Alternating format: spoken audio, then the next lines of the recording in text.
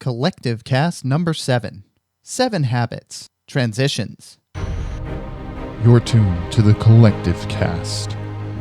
Agents of the Collective strive to fight, adapt, and grow. Whether facing the evils of the world or those within ourselves, we support one another and leave nobody behind. And now, here's your host of the Collective Cast, the Cryptic Chameleon. Hello, fellow members of the Collective. Yes, I am Chris, also known as the Cryptic Chameleon, and welcome back to the Collective Cast. This time, I am returning to our normal, previously scheduled topic, although I'm doing it a week earlier than I promised, but that's because I had a day off and I could work on this. So, first of all, I want to just take the opportunity to again thank you all for listening. Anybody who is listening, it's really appreciated. I'm glad that you can journey alongside me in our journey together to fight, adapt, and grow. And over time, I would love to hear your stories as well about how you're dealing with things in your lives. By all means, join the Discord channel and share your journey with me there as well. I would greatly appreciate that. So, the chapter that I just finished in the 7 Habits of Highly Effective People is a transitional chapter. It's the chapter that bridges the gap between the personal victory habits and the public victory habits. And right now, I'm going to do a quick recap on the personal victory habits. So the first habit is to be proactive, which the book also refers to as personal vision, driving a vision within oneself. The second is begin with the end in mind, and that has to do with personal leadership. And that's the activity where I went through and I thought about, what I would want people to say about me after I die. And then the last chapter, put first things first, has to do with personal management. So there's a difference between management and leadership. Management is making sure that the things that are important are at the top of the schedule versus leadership is having a vision as to the future. Now, so far, my experience with all of these has been up and down. Being proactive was never my strong suit, and it's still something that I'm very, very much working on. And so, for example, the book used the example of keeping your commitments every single day for a month, all of your commitments to yourself and to others. And for me, that just wasn't possible. It's not to say that I'm not getting better at it. It is to say, though, that it is a lot, and I don't have the personal integrity to be able to do that. And it's a combination of energy, but it's also a combination of habit. My habit is, I'll make a commitment to myself and then I won't keep it. One of the things that's been helping me with that is the idea that I heard from another podcast of making sure that I don't miss something that's a commitment to myself more than 2 days in a row. So for example, if I say that I'm going to do some form of meditation every day, if I miss a day, it's okay. But to try not to miss or to make it a strong commitment not to miss 2 days in a row. So that's been helping me a little bit in that side of the journey. Beginning with the end in mind, I do have a lot. I have a lot of character growth that I'm doing, and a lot of things that I wrote down that I wanted as traits that people would say about me if I was dead. There are a lot of them, though. There's like 20. There's 24. Something like that. It's a large amount.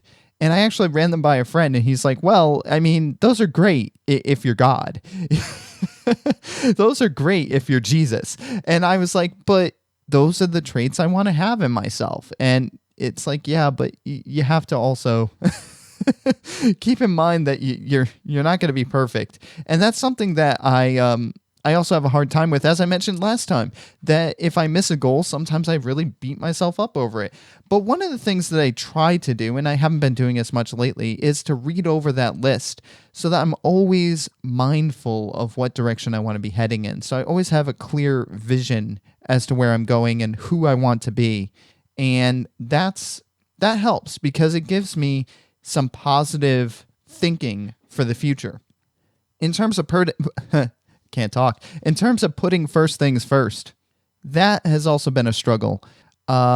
over the past couple of weeks, just sitting down and making the time to prioritize based upon those character traits that I want to develop and based upon what will help me grow within the different roles that I have in life, be it podcasting, game streaming, father, husband, all of those things. Trying to do all of those things and to prioritize what's important is a little bit tricky. And it's because maybe part of me doesn't want to face those things. Part of me just wants to be lazy. I don't even know if it's laziness. It just might be fear. Might be anxiety. Like some of the things I have to do for the podcast and my game stream involve some manual labor that I'm not thrilled with. Like not manual labor, but like pre-posting social media tweets. And I have a backlog of YouTube videos that is very, very long that need to be, have descriptions written and be scheduled and have, a good thumbnail created for them. And it's not just one game. Like I have like 5 games that I've played or 6 games. And some of those games have like 30, 40 episodes that I have to go through and get pre-posted and scheduled. And if I don't do that by mid-March, guess what? I'm not going to have any more videos posting because I don't have any more pre-scheduled. So I've got to go through and do that. So those types of things that are important but not urgent, sometimes it's hard finding the motivation to do them because they can be tedious. And so digging deeper to try to find that is also still a struggle for me.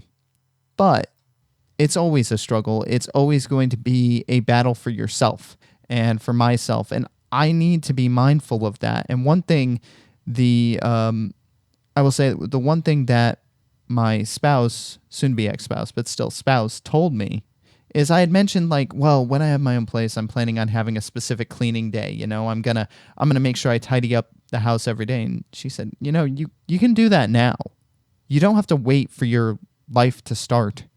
You can start your life now. And it was very revolutionary to hear that, I could start my life now. I don't have to just be planning it. And so that was a good thing to hear. And that was a good takeaway for the direction I'm going to be going in my life, and that this book is going to be taking as we move forward. So this chapter does not cover a specific habit per se. It covers an important attribute of interpersonal relationships. And this is something my therapist has also brought up with me, which is the emotional bank account. So every relationship that I have, or you have, or anybody else has with it an emotional bank account. And usually what happens is both people in a relationship, be it a friendship, a work relationship, whatever it is, deposits get made into that bank account. And usually both people make deposits. So on both sides, the bank account has plenty of, capital in it, so to speak, from an emotional perspective. So whenever I do something for somebody or I follow through with something, that's making a deposit into that emotional bank account, which is awesome. And whenever I don't keep a commitment or I mess something up or I say something that is slightly insensitive and not intended to be insensitive, there's a balance there so that when there's a withdrawal made, when something goes wrong, the person's not looking at me and being judgmental. They're saying, oh yeah, well, it's a mistake. It's okay. Because there's a balance of trust there. There's a balance of emotional trust. But building that balance takes time, first of all. And second of all, like a real bank account, it can be overdrawn. So in my real life, I've found that, again, unintentionally, I was the type of person that just constantly made withdrawals without making tons of deposits. So my deposits would be, an occasional kind word, maybe doing an extra chore around the house every now and then. But I would always be demanding. I would always want, hey, I need to feel validated. I need you to do this. I want you to do that. It was a very self-centered frame of mind. And because of that, once things reached a certain point, that bank account was overdrawn. And so there was no sense of trust anymore. There was no sense of emotional balance there because I had overdrawn. and it would take me a long time to be able to refill up that bank account. Now, luckily, I'm able to rebuild that bank account a little bit, but it's never going to be the same bank account at this point, at least in terms of certain personal relationships. But other relationships, such as business relationships, it doesn't mean that there aren't consequences. If you're in the workplace, people might say, oh, well, this person isn't trustworthy, or this person never follows through, etc. And I'm sure that people have said that about me, and that I had a certain sense of reputation about me because of that. And that's something that I have to get through. It's my job to be responsible for my actions and to make sure that I'm investing in myself and in others in healthy emotional ways so that things aren't overdrawn, so that there is a mutual emotional establishment of trust. And so that's what the next section of the book is about. And one of the things this chapter gave was some ideas for 6 different major types of deposits that can be made into this emotional bank account. So the first is understanding the individual. So the way that the book summed this up, and it was a quote from another person, was treat everyone the same by treating them differently. So instead of treat everyone as you would like to be treated, treat everyone the same by treating them differently, which means get to know the person. Get to know what do they like, what don't they like, how do they communicate, how do they take criticism, do they not take criticism well? Well, if they don't take criticism well, how can you work around that? One of the paradigms that I tend to be stuck in a lot of times is, well, what would I want, or how would I think about this? Well, if I'm thinking about it this way, then everyone else will probably be thinking that way too, right? But that's not the way it is. Just because I would want something doesn't mean that somebody else would want that same something, be it emotional, physical, or, in terms of anything. Just because I would want something doesn't mean somebody else would. So the do unto others as you would have them do unto you doesn't exactly work, because what you want or what I want might not match what the other person wants. So the first major deposit would be to understand each individual person you have a relationship with and come to a deep understanding about them so that you can have a sense of what they want. And that's hard. It's tricky, especially when you're coming from a mindset of being in a position of entitlement or selfishness. Getting out of that thought process of, well, this is what I would want, so that must be what everybody wants, is a little bit difficult. Another major deposit is attending to the little things, which means looking for small signs about things that are going on with a person. So instead of looking for the major things, I mean, it's easy to see the major things. It's easy to see if somebody is having an emotional breakdown if they're crying in the middle of the break room at work. That's easy to spot. And it would probably be highly insensitive if nobody paid attention to that and just kind of walked by and turned their heads. Although people nowadays might do that because a lot of people are uncomfortable with, well, hard feelings. If you see somebody else's pain, it might cause you to remember pain that you've felt, and then you don't want to deal with it. So that's one thing that is, there's always obvious things for big problems, but the key is not to wait for those. The key is to look for small things. So how is somebody acting slightly different? Are they more withdrawn than usual for some reason? I noticed, for example, in a text conversation that I have going back and forth with somebody that I know and trust, that for a while, I had been asking them, how are things going with you, as a follow-up. So they're checking on me. I tried to check on them, and it didn't seem like I was getting a response back from them when I asked that. And it wasn't entirely intentional on their part either.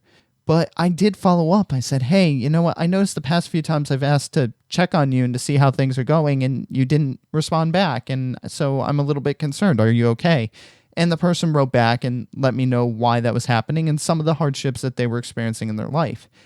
But I would say I probably wouldn't have picked up on that 3 to 6 months ago. I probably just would have kept on going and talking about me. So that's That's something that's key, is to look for the small signs that something's up and then to attend to those signs. To say, hey, what's going on? I noticed this, something small is going on here. Or, hey, you seem happier than usual. What's going on? And they don't have to be big, huge signs. They're just small behavioral things, which also comes back to the first major deposit of understanding the individual. Third major deposit, this one's obvious because we've talked about it in other chapters, keeping commitments. So when you make a commitment to yourself or to other people, keep it. Yes, easier said than done. I'm admitting to that. Don't worry. But the point being, though, that when you don't keep a commitment, when you renege on something that you promise, it's a major withdrawal. And if you do it repeatedly, then people aren't going to believe when you make commitments. And that sometimes is a situation that I find myself in. I'll say, oh yeah, I'll follow up on this. And people generally anticipate that, or perhaps anticipate that I'm not going to, because maybe I haven't in the past. In fact, I know I haven't in the past, but that's beside the point. So keeping commitments is a huge deposit. Every time that you keep a commitment, it's a deposit into that emotional bank account, but it's a huge withdrawal when you don't. The fourth major deposit is clarifying expectation. Clarifying expectations can actually be one of the hardest things ever. There's a lot that goes unspoken between people. And I know I suffer from this, especially at work, but definitely at home too. It encompasses a lot of things like, oh, this needs to get done, but who's supposed to do it? How is it supposed to be done? What time frame is it supposed to be completed in? And a lot of times, if somebody were to say to me, yeah, I think that this thing needs to get done, I would try to step back and not take ownership of it, because then, I could easily say, well, you didn't say I was supposed to be the one to do it. You just said to a group of people, this should get done, or we need to do this.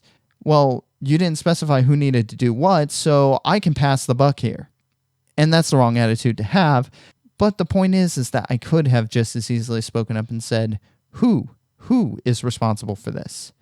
One of the hardest things sometimes is if somebody in a position of authority gives direction to me, and not necessarily sometimes I don't want to seem stupid, by asking a dumb question. But secondly, again, the attitude is, well, if my boss or somebody that I consider, in a position of authority asks me to do something, but they're not clear on it, then it gives me an out. I have a way to escape from it. Asking for clarification sometimes helps to get people onto the same page and to make sure they're on the same mission. And it can be hard to ask for clarification when maybe it's a task you don't want to do, or maybe it's something where you already have regular conflicts with a specific person and you really don't want to get into another conflict with them. But perhaps you get into conflicts with that person because things aren't clarified between the two of you in terms of how things are supposed to get done, when they're supposed to get done, and who's supposed to do them. A fifth major deposit, according to this chapter, is to show personal integrity. And showing personal integrity, again, is not easy. Some people believe that it's easy. Some people are like, oh yeah, I have great integrity. But how many times have you done this? Hey, I really shouldn't tell you this, but here's what's going on with this project at work that I'm not supposed to really be telling people about. Here's what's going on with these different changes that are happening. Hey, so-and-so didn't want me to tell you this, but I'm going to let you know. That's not personal integrity. That's not having personal integrity. It's sharing something that was shared in confidence with somebody else. And what that's telling the person that you're talking to is not necessarily what you think you're telling them. Yes, at the surface level, they might be a little bit flattered that you're telling them some key pieces of information about something that they're not supposed to know or be privileged to hear. But at the same time, what is that telling them about you? Or what would that be telling them about me? Well, what it's saying is, oh, well, if I tell somebody something in confidence, they might tell somebody else. So maybe they're not trustworthy. And don't get me wrong, that might not be the surface attitude, but subconsciously, that's what we're conveying. The same thing's true with gossiping. And I've been guilty of gossiping in the past, or maybe not even so much as gossiping, but just, if there's somebody that a lot of people don't like at work, or a lot of people didn't like at school or whatever, yeah, we would talk about the person and be like, can you believe what so-and-so did? Blah, blah, blah, blah, blah. And it turns into a gripe session about that person. But let's be honest, there's a good chance that those group of friends that we're talking with might be doing the same thing about us behind our backs. Because if we're willing to talk about somebody else negatively, not to their face, but in closed doors behind their back, then chances are other people would be willing to do the same about us. And that, again, is something having to do with integrity and character. And it's hard to get around that because it's something that we all, at least I think we all struggle with. There's no perfect down the line center of the road. I never gossip. I never slip information that I shouldn't let slip. That never happens. I've never shared details of, something going on that I shouldn't be sharing details with this person about. But the fact is that in my life I have. And it stinks admitting that because people are like, oh, well, how could you say that? You mean that you betrayed people's trust? Yes, I betrayed people's trust. And I have to admit that and live with it. And it's hard. It's really hard at times. And I think, though, that most people would be hypocritical if they said that they didn't. Not everybody. I know there are people with deep integrity. And I would like to become one of those people. So I'm working on it. And that's the whole point of this journey, is to find out things like this and be like, oh, that's an area I need to work on. Last but not least, sincerely apologize when making withdrawals. So let's say you do something that really hurts somebody and it's completely unintentional. You had no intention of doing this, but it really hurt somebody. Well, then you have to apologize. And the thing is, if you do it again and again and again and again and again, or if I do it again and again and again and again, that apology is going to seem less and less sincere over time. So if I tell my son I'm going to help you with a video project or something like that, and then I don't do it, and then I say, oh, I'm sorry, something came up I had to take care of, or I had some commitments for the household to do. Yeah, he might understand it the first time, but then the next time if I say, well, we'll totally do this project on Wednesday. Well, if come Wednesday I don't help him with that project, over time he's not going to believe me anymore. Essentially, what the book said is you can't apologize your way out of something that your behavior has built up and demonstrated over time. It's going to take a lot more behavioral demonstration than it will just apologizing. And I found this to be true in much more deeper and more painful areas of my life as well. That just because I'm apologizing, just because I realized how badly I hurt somebody, or just because I realize, even not knowing what I had been doing, that I really, really hurt somebody, it doesn't change the fact that I did it repeatedly, and that an apology sometimes is not enough to counteract the negative withdrawals, the overdrawn bank account. Sometimes it takes a long period of time of taking positive action after positive action and still apologizing. And even then, it might not fix things. Sometimes the bank account gets closed. Now, sometimes a new, smaller bank account gets reopened, but I'm just saying, sometimes the bank account gets closed. And that's never a situation that anybody wants to find themselves in. I've lost friends. I've lost friends. I've alienated family because I haven't kept up on those emotional bank accounts, because I was not a person of integrity, because I didn't take the time to be concerned about what other people's lives were like or what they were going through, because I lived in my own little world of, selfishness and self-centeredness.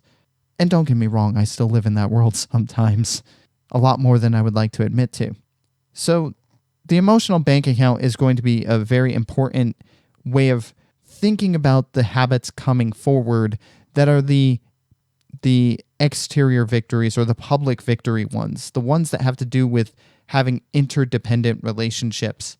But once again, you can't have an interdependent relationship until you are independent in and of yourself. And that's something I'm still working on. It doesn't mean you can't work on both at the same time, but it does mean that until you have a certain level, or at least I have a certain level of personal habits that drive character growth, that drive from principles that are well-centered and well-focused, then my ability to connect with others is going to be very strained. Because if I can't be true to myself, to who I want to be and to who I am, then how am I going to be true to others? So that's something to think about as we go into the next coming chapters. So that's it. We've gotten through the first half of the book, which is pretty impressive. Actually, just over the first half of the book. So now we're going to start going into the public habits, the ones that are public victories, and we'll start touching on those next time. If you like what you're hearing here, first of all, I want to thank you once again for being part of the collective alongside me and for joining with me in our journey together to fight, adapt, and grow. If you do like what you're hearing here, if anything that I say has value to you, then I do believe in the value for value model of podcasting, which means that if you see something of value in what I'm doing or saying, then feel free to give some value back. It could be an email to collectivecastfeedback@gmail.com just to say hi, just to say, hey, this struck a chord with me. You could click on the link to the Discord channel, which is in every single episode, and jump in the Discord. In fact, I do want to set up a community cast once a month where we can all talk about different struggles in our lives and how we're dealing with them. And so that's something that I think would be a great thing to do as well. The other thing, if you're really, really feeling like I'm giving you a certain level of value, there is a PayPal link in every episode and on the website at collectivecast.com. If you would like to toss me a few dollars, hey, I would appreciate it. I'm not demanding that. I don't believe that, you owe me money. There's nothing like that going on here. But if you do find enough value, hey, it costs money to pay for the file hosting and to pay for the domain name, and it does take time to put all this stuff together. The other thing you could do is leave a review on your favorite podcast application. That will help other people to find the show. And again, most of these things don't cost anything. So if you're finding value, by all means, leave value in some way. In the meantime, I do want to thank you for journeying alongside me here as part of the collective. I want to thank you for helping me in my journey to fight, adapt, and grow in my life. And I hope that I might be doing the same for you. In the meantime, I want to thank you again for listening. Thank you for being part of the collective. Until next time, take care.